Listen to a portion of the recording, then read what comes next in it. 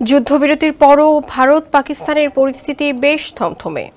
যদিও উভয় দেশই কাশ্মীর সীমান্ত থেকে নিজ নিজ সেনা প্রত্যাহারের সিদ্ধান্ত নিয়েছে। আর ঠিক এর মধ্যে চীনা পররাষ্ট্রমন্ত্রী ওয়াং ই পাকিস্তানের পররাষ্ট্রমন্ত্রী ইসাকদারকে নিজ দেশে আমন্ত্রণ জানিয়েছেন। দুই দেশের পররাষ্ট্রমন্ত্রী বেইজিংয়ে অনুষ্ঠিত এই বৈঠকে উঠে আসে পাকিস্তানের প্রতি চীনের দৃঢ় সমর্থনের কথা। মঙ্গলবার এই তথ্য জানিয়ে প্রতিবেদন প্রকাশ করেছে পাকিস্তানের প্রভাবশালী সংবাদ মাধ্যম দ্য ডন।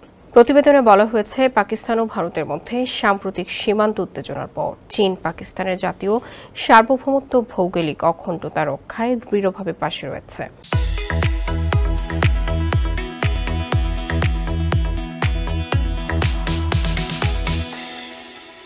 চীনের পররাষ্ট্র মন্ত্রণালয় এক বিবৃতিতে জানায়, পাকিস্তান হচ্ছে চীনের অত্যন্ত বিশ্বাসযোগ্য, দৃঢ় ও নির্ভরযোগ্য বন্ধু এবং দুই দেশের সব পরিস্থিতিতে কৌশলগত সহযোগিতা আরও গভীর করা হবে।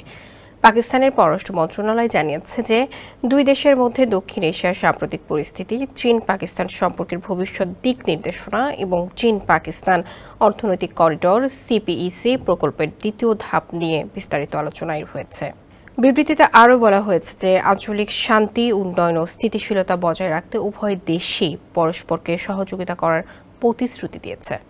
এর আগে ইসাকদার চীনা কমিউনিস্ট পার্টি সিপিসির আন্তর্জাতিক বিভাগের মন্ত্রী লিও জিয়াংশাও এর সঙ্গেও সাক্ষাৎ করেন। বৈঠকে পাকিস্তানের রাজনৈতিক দলগুলোর সঙ্গে সিপিসির সম্পর্ক আরও দৃঢ় করার বিষয়ে একমত হন দুই নেতা।